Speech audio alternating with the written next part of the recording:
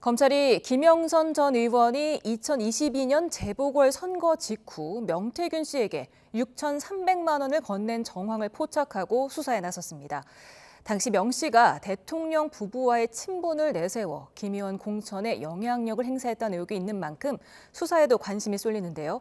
조청래 전 여의도연구원 부원장, 또 김만음 전 국회 입법조사처장 두 분 모시고 전국 이슈 정리해보겠습니다. 어서 오세요. 네, 안녕하십니까. 네, 지금 김 여사의 공천 개입 의혹 관련자로 지목된 명태균 씨가 지금 정치자금법 위반 혐의로 검찰 수사를 받고 있죠.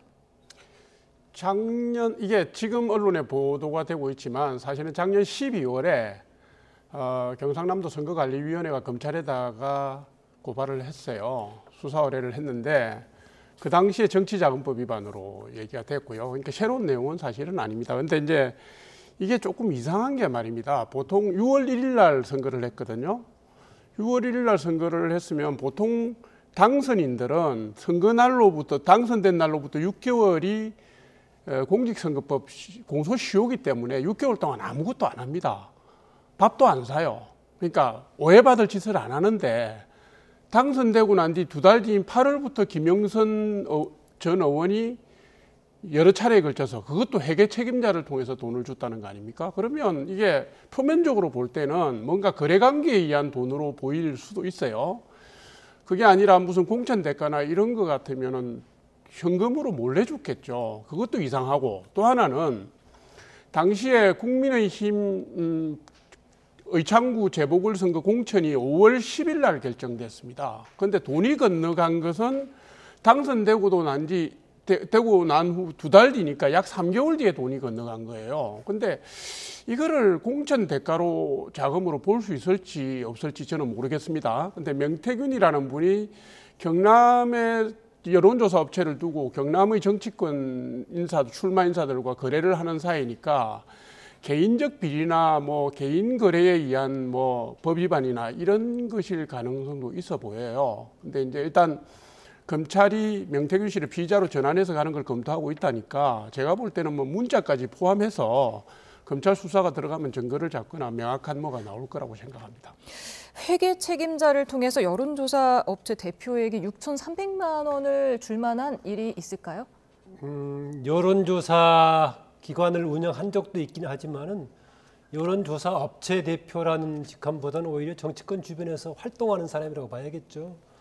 6,300만 원 전달된 것을 지금 얘기하는 것은 당사자는 빌려준 돈을 받았다 이렇게 얘기하고 있는데 이렇게 직접 바로 뭔가 설득력 있어 보이진 않습니다. 그 시점에. 더구나 이게 지금 서로 다른 사안이 같이 겹쳐 있죠. 하나는 지금 공천 개입 문제 논란이 있고 도중에 이것은 다른 사안으로 이제 불거진 거죠. 정치자금법 위반인데요. 두 개가 맞물려 있기 때문에 일이 좀 큰 것 같습니다. 더구나 이 관련해서 본인이 뭔가 공천하는데 큰 역할을 했다라고 주장하는 사람하고 돈 거래가 있었기 때문에요. 이 문제는 좀 진행이 돼봐야 될 겁니다. 어쨌든 간에 김영선 의원 자체가 지난번에 보궐선거 때 보고했던 정치자금 지출이 뭔가 불통한 부분이 있다라고 해가지고 선관위가 이제 고발한 거 아니겠습니까? 진행되는 과정이니까 하는데요. 그동안에 여야가 이런저런 주장을 상당히 서로 달리해가지고 경우에 따라서는 용두사미처럼 끝나기도 했었는데 제가 봤을 때 이 상황에 따라서는 굉장히 심각한 상황이 번질 수 있다 이런 느낌이 듭니다. 지금 명태균 씨가 대통령 취임식에서 초청이 됐었고요. 본인은 이제 윤 대통령 부부랑 굉장히 잘 아는 사이인 것처럼 말을 하고 다녔는데 어떤 사이입니까? 그거야 짐작하기가 힘들죠. 소문이 많이 돌아온 거죠. 그러니까 이게 보통 이제 퉁쳐서 말씀드리기 뭐한데 지역사회에서 여론조사업을 한다든가 선거를 상업적으로 활용하시는 분들이 대개는 자신의 실력을 과시하는 방법을 쓸 수도 있어서 소문이 나온 그대로 다 믿을 수는 없고요. 다만 저도 우리도 예전에 대통령 취임식에 여러 차례 초청을 받고 했으니까 이게 꼭 거래관계나 무슨 부적절한 관계를 통해서만 취임식에 초대를 받아서 가는 건 아닙니다. 그러니까 여러 루트로 취임식 참여와 관련된 제안들이 대통령실에 모이거든요. 그래서 그것만 가지고 김건희 여사 대통령과 명태균 씨가 어떤 관계가 있다고 짐작을 하기에는 좀 섣부르다. 그래서 뭐 본인은 대통령과 영부인과 관계가 있다고 얘기를 하고 다닌 걸로 저도 그렇게 알고 있습니다. 그런데 지금 일단 지난 총선뿐만 아니라 2022년 재보궐선거 때도 이 명태균 씨가 그 공천이 됐든 안 됐든 그 결과를 좀 미리 알고 있었던 걸로 보이는데 이 부분은 어떻게 보십니까? 이런저런 통로를 통해서 알아봤겠죠. 그런데 주장이 좀 다르긴 합니다. 윤상현 당시 이제 공천관리위원장의 경우는 당시로서는 이미 다른 사람도 대안으로 나온 적이 없었다라고 얘기를 하고 있고요. 그런데 이런 점은 있습니다. 당시 당 대표가 이준석 대표였기 때문에 이준석 대표의 역할 그리고 나서 아직 취임은 하지 않았었지만은 새로 대통령에 당선된 윤석열 대통령 쪽 그리고 윤상현 공천관리위원장 이런 역할이 어떻게 됐었던가 하는 부분이 조금 있습니다. 이준석 대표의 경우도 처음에는 조금 문제가 있다는 듯이 봤지만은 그렇게 뭔가 공천 개입했을 여지가 있을 정도의 명확하지는 않다라고 얘기하고 있고요. 당시 본인은 당 대표로서 있을 때 봤다면은 여성에다가 그동안에 사선까지 하고 있었기 때문에 해줄 만해서 했다라고 얘기를 하고 있는데 저는 오히려 현재 불거지고 있는 아무래도 지금 나오고 있는 녹취록들이 당시 통화를 했다고 얘기가 되고 있는 김영선 전 의원 주변 참모에서 나온 게 아닌가 이런 얘기가 되고 있는데 김영선 전 의원 본인이 뭔가 김건 여사하고 통화한 부분이 있다거나 아니면은 명태균 씨가 본인이 지금 입 벌리고 다니다시피 김건 여사라든가 아니면 윤 대통령과 직접 했던 녹취가 나온다면은 상황이 달라질 수 있다. 그런데 아직 거기까지는 나오고 있지 않은 것 같습니다. 이 공천 개입 의혹 불똥이 그 개혁신당 쪽으로 넘겨가는 모습입니다. 배지를 원했던 김영선 전 의원 그리고 현역 의원이 필요했던 개혁신당 이 둘이 만나서 좀 딜이 있었던 거 아니냐 이런 의혹도 있던데요. 뭐 그건 지난 총선 때요. 개혁신당이 신당 창당을 하면서 뭐 선거 보조금도 많이 받아야 되고 또 뭐 정당의 선거의 기호도 있고 이러니까 그 공천에 실패한 공천을 받지 못한 현역 의원들을 이삭죽기하려고 한다라는 것은 뭐 광범위하게 알려졌고 다들 아는 내용 아닙니까죠? 그 일환으로 그 공천을 받지 못한 현역 의원들을 이준석 당시 대표가 여러 사람 만났을 거예요. 그러니까 김영선 의원과 만난 것도 그런 맥락인 것 같고요. 단지 이게 그 부적절한 관계의 폭로를 전제로 한 문자 메시지를 서로 받다든가 그걸 가지고 뭐 비례순번 1번이니 3번이니 뭐 이렇게 나온다든가 그 폭로 기자회견을 뭐 기획하는 단계까지 일설에 의하면은 개혁신당이 기자회견문을 써니 많이 하는 내용도 있었다고 하니까 이런 정도까지 간 것은요 매우 부적절하고 이준석 지금 의원의 그 정국에 대한 대응 능력이나 선거를 바라보는 그 관점에도 심각한 문제가 있다. 이 점을 제가 지적하고 싶고요. 지금 이 사안이 진행이 되면서 제가 볼 때 이준석 의원이라든가 개혁신당 관계자들이 발을 빼긴 힘들 거다. 계속 발을 빼는 형식인데 뭐 문자는 받지만 그게 폭로거리가 안 돼서 안 했다라든가 뭐 우리는 관련 없다 이런 식으로 발을 빼잖아요. 지금 김웅 의원이 얘기했다시피 이해유도죄니 뭐 이런 것도 걸릴 수가 있는 측면이 있기 때문에 쉽게 빠져나가기는 어렵지 않겠나. 그 이해유도죄 조금 설명해 주시겠습니까? 뭐 선거에 관해서 한 행위를 가지고 어떤 이익을 제공하는 것과 관련된 범죄입니다.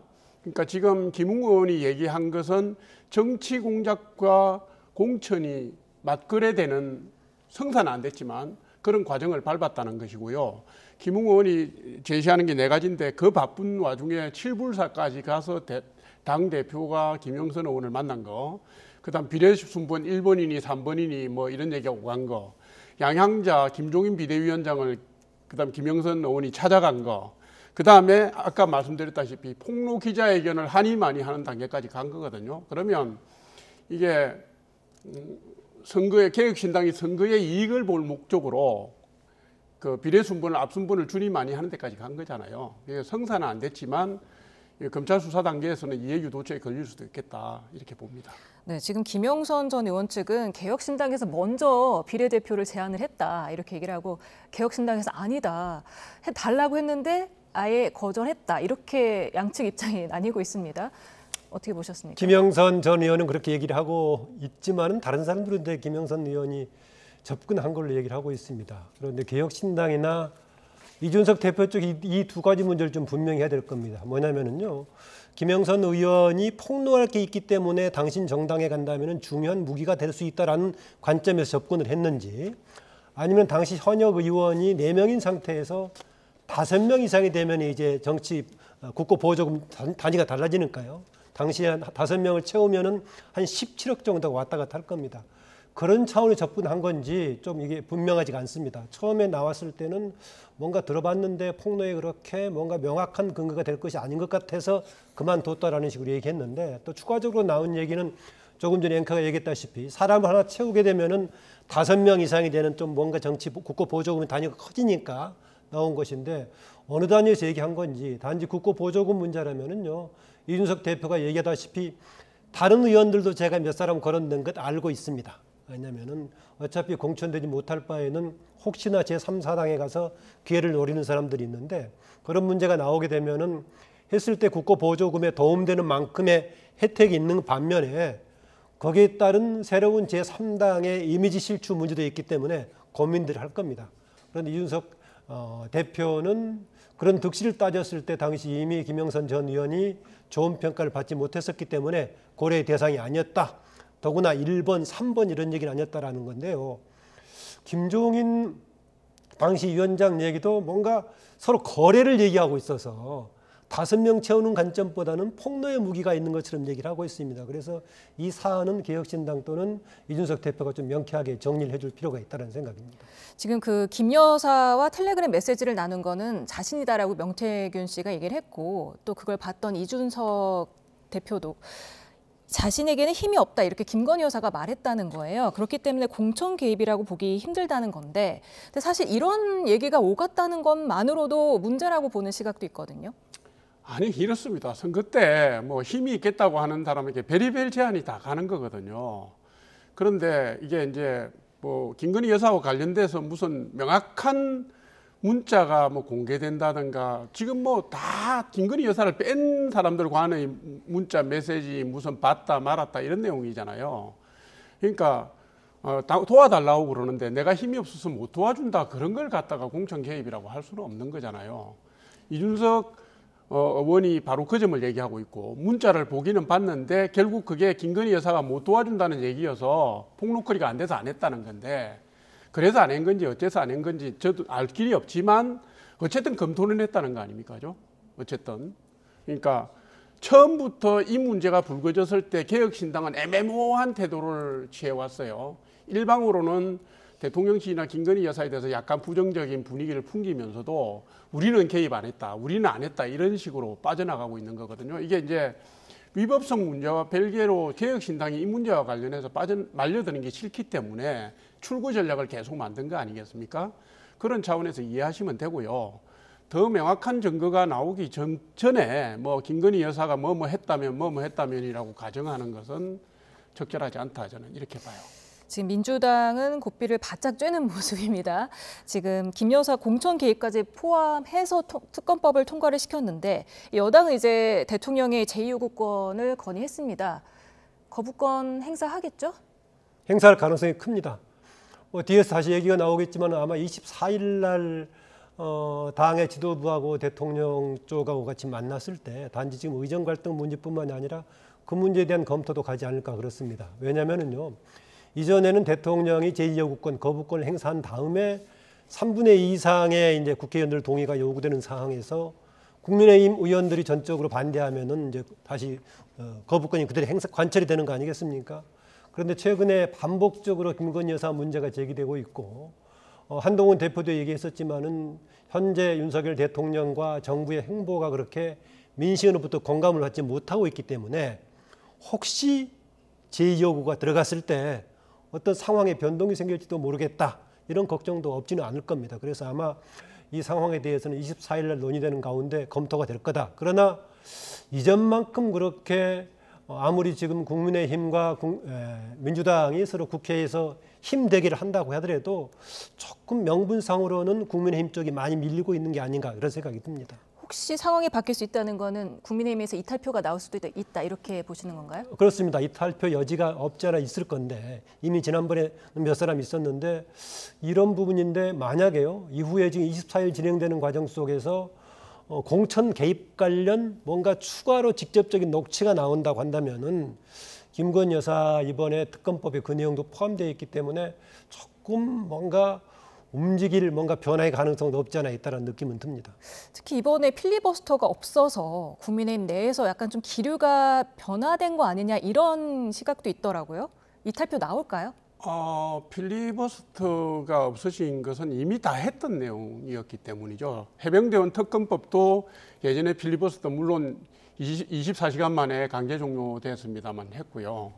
새로운 내용은 전혀 없었습니다. 지역화폐와 관련된 것도 뭐 그동안에 당 차원에서 여러 차례 불가하다는 얘기를 했고, 그리고 김건희 여사 특검법 같은 경우는 8개 항목을 수사 대상으로 넣었는데 이게 시간이 갈수록 계속 늘려가더니 8개까지 됐어요. 도이치모터스 사건, 뭐 임성근 해병대 사령관 구형 로비, 그다음에 공천 개입설, 양평 땅, 뭐 명품백 이렇게 넣는데 그 중에는 이게 범죄의 혐의가 구성이 되는지 안 되는지도 모르겠고 혹은 설에 불과한 것도 많은데 이런 부분들을 갖다가 다 망신주기로 집어넣고 결국은 윤석열 대통령에게 타격을 입히기 위해서 반복적으로 두드리는 거 아니겠어요, 그죠? 그런 차원이지 그 문제와 이슈 자체와 관련해서 당내에 새로운 변화가 있다든가 무슨 의원들이 어떤 다른 생각을 가진다든가 이런 분위기는 아닌 것 같아요. 오히려 시간이 가면서 민주당의 의도에 대해서 당의 현역 의원들이 더 잘 알게 되니까 자칫 민주당의 페이스에 말릴까 두려워하거나 거리를 두려는 게 더 많다 이렇게 저는 봐요. 추경 원내대표는 이탈표가 없을 것이다. 걱정하지 않는다고 했는데 같은 입장이신 거죠. 네, 지금 원래 연기됐던 그 한동훈 대표를 포함한 국민의힘 지도부 그리고 윤석열 대통령 만찬 회동이 사흘 뒤에 열립니다. 지금 한동훈 대표가 김건희 여사 명품백 의혹에 대해서 사과해야 한다라고 밝혔는데 이 얘기도 좀 오갈까요? 여당 대표, 여당 지도부하고 대통령하고 만나는 게 이렇게 주목거리가 되는 게 상당히 비정상적인 거 아니겠습니까? 그 전에 윤석열 대통령도 평상시 당하고는 많이 의견 교류하고 있다라고 했었는데요. 일반적으로 보자면 그냥 식사 한번 같이 한다는 정도의 의미를 가져야지 중요한 사안을 두고 과연 여기서 논의가 될 것인지 지금 나왔다시피 의정 갈등 문제를 여기서 좀 의견을 모으는 자리가 될 것인지 또 특검법 관련해서 논의가 될 것인지 이런 관점에서 당과 지금 이제 대통령실 쪽이 논의하는 국민의 주목거리가 되는 것 자체가 굉장히 비정상적이라고 봅니다. 그래서 이건 한편으로는 뭔가 지금 한동훈 대표 체제와 대통령실 쪽이 뭔가 조화롭게 꾸려가지 못하고 있는 상황 아닌가라고 보고요. 이 문제는 한동훈 대표가 이미 추석 민심을 전할 때 얘기했었지만은 상당히 좀 복잡하고 어려워 보입니다. 한동훈 대표가 일방적으로 대통령실과 다르게 민심에 의존해서 갈 수도 없고 그렇다고 또 민심을 반영하는 요구를 대통령실에 요구해도 바로 호응해 주는 것도 아니고 애매한 입장이 있습니다. 만약에 제가 봤을 때 이게 집권 중반이 아니고요. 집권 만약에 후반기였다면은 집권 말기였다면은 당과 대통령실과 상당히 치열한 갈등까지 갈 소지가 있다는 겁니다. 그러나 한편으로는 어렵기도 하고 대통령실 쪽은 다행이기도 한데 지금 집권 중반이어서 어떻든 간에 갈등을 줄이고 풀어가려고 하는 그런 국면에서 24일 회동 자리가 아닌가 그렇게 봅니다. 네, 또 지금 가장 시급한 게 의정 갈등 해소 아니겠습니까? 지금 한동훈 대표가 이에 대해서 굉장히 강한 발언들을 했습니다. 용산 생각과 민심이 다른데 편을 들어야 하느냐. 그리고 민심을 안 따르면 용산과 여당에는 기회가 없을 것이다. 이런 얘기들을 했는데 어떤 얘기가 오갈까요? 지금 여론의 흐름이라든가 여론조사의 흐름을 보면 대통령실과 국민의힘 당이 조금 맥을 달리 할 수밖에 없는 시점이에요.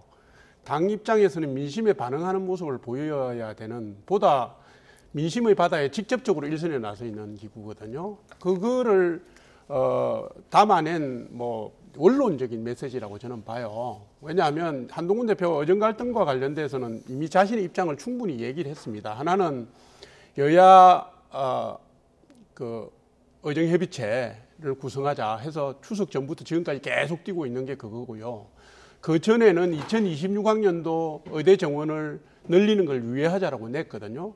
그 이후에 한동훈 대표의 새로운 메시지, 새로운 제안은 없습니다. 그러니까 지금 제가 볼 때는 24일 만찬이든 다른 루트를 통해서든 한동훈 대표가 정부에다가 새로운 안을 낼 가능성은 별로 없어 보이기 때문에 지금 지적하신 그 문제는 그 수준의 원론적 차원에서의 그 자기의 주장과 입장을 굽히지 않겠다라는 것이고요. 그건 이미 대통령실에 전달되어 있는 거기 때문에 정부가 대통령실이 그 공을 받아서 어떤 입장을 취하느냐, 어떤 정책으로 가느냐의 문제만 남아 있는 것이죠.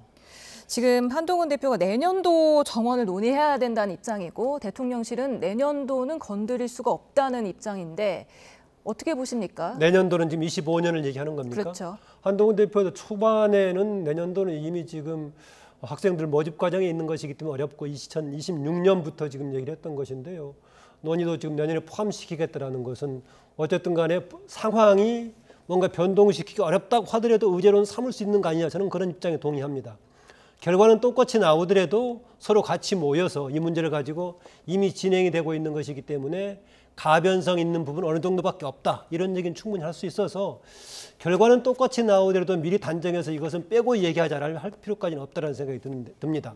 그리고요, 지금 여야 의정협의체 얘기를 했었는데 최근에 한동훈 대표가 의료계 대표들과 좀 만나고 있는 거 아니겠습니까? 저는 의료계 대표 만나는 것 못지않게 우선적으로 풀어야 될 문제가 대통령 쪽과의 문제를 먼저 푸는 게 과제다. 사실은 이 사안이 지금 여야 간의 갈등 문제라든가 국회 입법이 필요해서 여야 간에 뭔가 힘 모아야 될 사항이 아니고 대통령이 주도하는 정책과 의료계 갈등 아니겠습니까? 그러면은 의료계와 대통령실과의 조정 문제를 먼저 나서서 할 필요가 있다. 현재는 의료계 접근하고 있다면은 한동훈 대표는 대통령 실제의 정책 관련을 뭔가 조정하는 방향으로 잘 노력해야 된다는 생각이 들고요. 아까 24일 얘기했습니다만은요. 제가 그렇게 큰 의미가 없는 거라고 얘기했었지만 다른 한편은 굉장히 중요한 분수령이 될 수 있다고 봅니다. 만약에요, 거기서 유의미한 새로운 결과를 도출해서 전국의 전환점을 만들지 못한다 라고 한다면은 한동훈 대표로서는 두 가지 딜레마에 빠지는 거죠. 역시 한동훈 대표스럽다고 했는데 아무 역할을 못하는구나 라고 될 수 있는 거고, 또 한편으로는 한동훈 대표가 정말 더 이상은 따로따로 갈 수가 없다라고 본인이 직접적으로 대통령실과의 뭔가 첨예한 갈등을 낳더라도 새로운 행보를 보일 수밖에 없는, 그래서 저는 24일 이후가 상당히 중요한 분기점이 될 거다라고 봅니다. 지금 말씀하신 대로 한동훈 대표에게는 이제 대통령의 협조가 필요한 상황인데 둘의 독대 이루어질까요? 원론적으로 말씀드리면 대통령과 여당 대표의 독대는 상시적으로 할 수 있는 겁니다. 지금 아직 제가 볼 때 당과 대통령실 사이에 그 문제와 관련된 관행이라든가 이게 자리를 잡지 못하고 있는 측면은 있어 보이고요.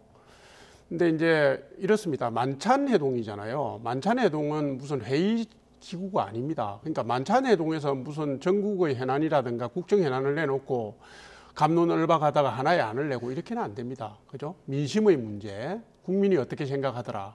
그다음 국정을 운영하는데 이런 고충이 있다. 당을 운영하는데 이런 고충이 있다. 뭐 이런 정도의 다양한 의견들이 분출이 될 거고요. 거기서 알아서 듣고 알아서 수렴하는 그런 자리인데, 글쎄요. 제가 볼 때는 두 분이 뭐 따로 만나고 안 만나고의 문제가 중요한 건 아닌 것 같아요. 따로 만났는데 아무 내용이 안 나오면 또 무슨 얘기했냐 그러고 뭐 의욕만 정복될 거 아니에요. 그래서 그거보다는 비록 만찬 회동이지만 당과 대통령실이 좀 긴밀하게 사전 조율을 해서요. 제가 볼 때는 좀 유의미한 내용, 그죠? 뭐 예를 들면 대통령실이 이 문제에 대해서 당의 입장을 받아들이기로 했다든가 하는 그런 희망적인 뭔가 계기가 되고 메시지가 나오길 바랄 뿐입니다. 독대 자체는 하냐 안 하냐가 별로 중요하진 않아요. 네, 제가 볼 때는. 알겠습니다. 다음 주제로 넘어가 보죠. 어제 이재명 더불어민주당 대표에 대한 검찰의 징역 2년 구형을 놓고 정치권이 술렁이고 있는데요. 관련 발언 듣고 다시 얘기 이어가도록 하겠습니다. 행위 사실이 아닌 영역을 수사하고 재판하는 것 그 자체가 잘못된 것입니다. 오늘 구형에서 보듯 검찰은 그저 검찰 독재 정권의 든든한 사냥개 역할에만 충실했습니다. 고의적인 거짓말에 대한 통상적인 형사 재판입니다. 통상적인 구형이 있었던 것으로 보이고요. 통상적인 결과가 날 거라고 생각합니다. 네, 통상적인 구형이라고 했지만 야권 내에서는 예상보다 강한 구형량에 좀 반발하는 모양새입니다. 그 비명계 김부겸 전 총리가 김건희 여사에게는 순풍이고 야당 대표에게는 추상 같다 이렇게 비판하고 있는데 어떻게 보셨습니까? 뭐 김건희 여사는 지금 이제 수사 과정에 있던 문제이기 때문에 지금 재판에서의 구형하고 직접적으로 비교할 대상은 좀 아닌 것 같습니다. 저한테 예상을 하고 했다면 검찰 쪽에서는 만약에 지금 대법원의 지금 공직선거법상의 허위사실 유포에 뭔가 양형 기준이 더 높았다면은 더 최대한 갔을 거다라는 생각을 합니다. 그동안의 검찰의 입장은 아주 중재로 판단을 했었고 또 주장에 대해서 상대 쪽에서는 인정하는 쪽이 아니었기 때문에 그렇게 판단을 하고요. 이제 지금 조금 전에 김동아 의원의 발언이 나왔었는데 대개 두 가지 주장을 하고 있는 것 같습니다. 하나는 뭔가 사실에 대한 거짓말이 아니라 인식과 기억의 문제였다라고 계속 몰아가고 있는 거고요. 과연 검찰은 그것을 그렇게 볼 수 있겠느냐, 그거 거짓말이다라고 얘기하는 상황입니다. 그러나요, 저는요, 이 점은 좀 있어 보입니다. 두 가지는 지적하고 싶은데 2022년 9월 달에 지금에 이게 기소가 돼가지고 2년이 넘은 시점, 지금 11월 15일 날 1심 선고가 나온다고 하니까 2년 넘어서 나오는 거 아니겠습니까? 그래서 이런 선거법 관련 얘기는 6개월 이내에 하도록 명목상 강행 규정이라고까지 써 있는 상황인데 왜 이렇게 진행이 됐을까라는 생각이 들고요. 또 하나는요. 이번에도 이재명 대표가 그런 얘기했습니다. 이제 법원의 판단에 믿는다라고 얘기했습니다. 그래서 저는 오히려 무죄를 주장하는 쪽이라면은 뭔가 법원의 판단이 빨리 나오기를 갔어야 되는데 일반 국민들이 보기에도 뭔가 민주당과 이재명 대표 쪽에서는 뭔가 지체되기를 좀 바랬던 좀 앞뒤가 안 맞는 점이 있어서 이 점은 좀 약점으로 보입니다. 아다시피 우리 헌법에도 신속재판은 규정이 돼 있죠. 이것은 본인의 권리를 위해서 국민의 권리로 나와 있고요. 또 사회적 차원에서도 뭔가 논란이 되고 있는 부분 빨리 규정을 해야 되는 것인데 이게 지금 2년 2개월쯤 돼서 지금 1심 선고가 나오려는 상황인데요. 과연 지금 좀 애매한 입장을 보이는 이재명 대표 또 이쪽 진영에서는 일단 구형을 놓고는 불안할 수밖에 없을 겁니다. 네, 검찰 구형은 그렇고 1심 선고 어떻게 예상하십니까? 아니 뭐 통상적인 구형의 뭐 통상적인 결과라고 한동훈 대표가 얘기했지 않습니까? 그러니까 지금 다 말씀하셨지만 거의 최고형을 구형을 했거든요. 이게 선급 허위사실 공표죄를 가지고 실형 구형을 하는 경우는 거의 없습니다. 대개는 벌금형으로 가는데 이게 박빙의 대선 승부에서 대통령이 되기 위해서 반복적으로 국민 앞에서 거짓말을 한 혐의가 있다 이 내용이잖아요. 그러니까 일반적인 허위사실 공표 사범에 비해서 사안이 중대하고 재질이 안 좋다 뭐 이 얘기인데 그러니까 이게 검찰이 이게 굉장히 민감한 사안으로 중형 구형이 불가피하다고 본 사안이니까요. 제가 볼 때는 법원도 법을 같이 다루는 법조계가 크게 다를까 하는 생각은 별로 안 다를 거다 이렇게 생각합니다. 그래서 통상적인 구형에 통상적인 결과가 나올 거라는 한동훈 대표의 말이 저는 명언이다 이렇게 생각하고 있습니다. 알겠습니다. 지금 1심 선고에서 벌금 100만 원 이상의 형을 받게 되면 이제 사법 리스트가 본격화되고 이제 대법원에서 확정까지 나면 대선 지형이 바뀔 수 있지 않겠습니까? 그렇습니다. 그런데 지금 뭐 아까 선고 예상을 했었는데요. 이 정도 상황에서 무죄 아니라면은 뭐 100만 원 미만 몇십만 원 벌금형으로 나올 가능성은 없어 보인다. 그래서 유죄로 돼서 상당히 100만 원 이상으로 가든 아니면 무죄가 되든 가능성이 있다는 얘기고요. 그다음에 대선 지역 못지않게 만약에 유죄로 간다면은요. 민주당 진로 자체가 굉장히 복잡해지는 거죠. 434억 이것을 지금 반환을 해야 되는 상황이니까는요. 그래서 초반에는 이것이 개인의 문제였지만은 민주당 전체의 문제로 비화될 수밖에 없는 상황이 그렇고 있고요. 1심 이후에도 좀 걸리겠죠. 지금 선거법상으로는 최종 3심까지가 3개월, 6개월 추가되도록 했는데 과연 단기간에 나올 수 있을지라는 건데요. 지금 보면은 탄핵의 경우에는 국회에서 탄핵 소추가 되면은 최종 헌재가 나올 때까지는 직무가 정지가 되거든요. 그러면 중요 정치인들이 1심에서 유죄를 받았을 때 3심까지 그냥 기다려야 되느냐? 좀 복잡한 문제입니다. 우리가 상식으로 봤을 때는 주요 정치인들이 1심에서 상당한 유죄가 나온다면은 이후에 정치 행보에도 좀 자제해야 될 부분이 생길 수밖에 없을 거다. 과거에는 사실은 기소만 돼도 정치인들이 좀 뭔가 근신하는 상황이 됐었는데요. 지금 여야가 싸우다 보니까 그렇게 됐었는데 그렇더라도 저는 지금 11월 15일로 예정이 되어 있는 1심의 결과는 정치 지형 전반에 아주 중대한 변곡점이 될 거다라고 생각을 합니다. 네, 마지막으로 하나 여쭤보겠습니다. 이 선거법 재판 결과에 따라서 최악의 경우에는 민주당이 대선 선거 보전금 434억 원을 반환해야 할 수도 있다면서요. 지금 공직선거법상요, 득표가 15% 이상이면 선거비용 전액을 보전하게 되어 있습니다. 그게 431억 원이고요. 3억 원은 기탁금입니다. 기탁금도 보전하거든요. 그래서 434억 원인데 이게 이제 그 당선 무효형에 속하는 것이 벌금형 100만 원 이상입니다. 정치자금법이나 공직선거법 위반의 경우에는 100만 원 이상이면 당선 무효형인데 그 선거에서 당선되지 않았다 하더라도 당선자와 똑같은 규정이 적용되기 때문에 이재명 대표가 만약에 100만 원 이상을 받으면 선거 비용 보전 전액하고 기타금까지 434억 원을 물어내야 되고요. 당연히 이재명 대표의 국회의원직도 무효가 됩니다. 예, 네, 그렇게 알겠습니다. 보시면 돼요. 지금까지 조청래 전 여의도연구원 부원장, 김만은 전 국회 입법조사처장 이 두 분 모시고 한 주간의 전국 이슈 정리해봤습니다. 오늘 말씀 감사합니다.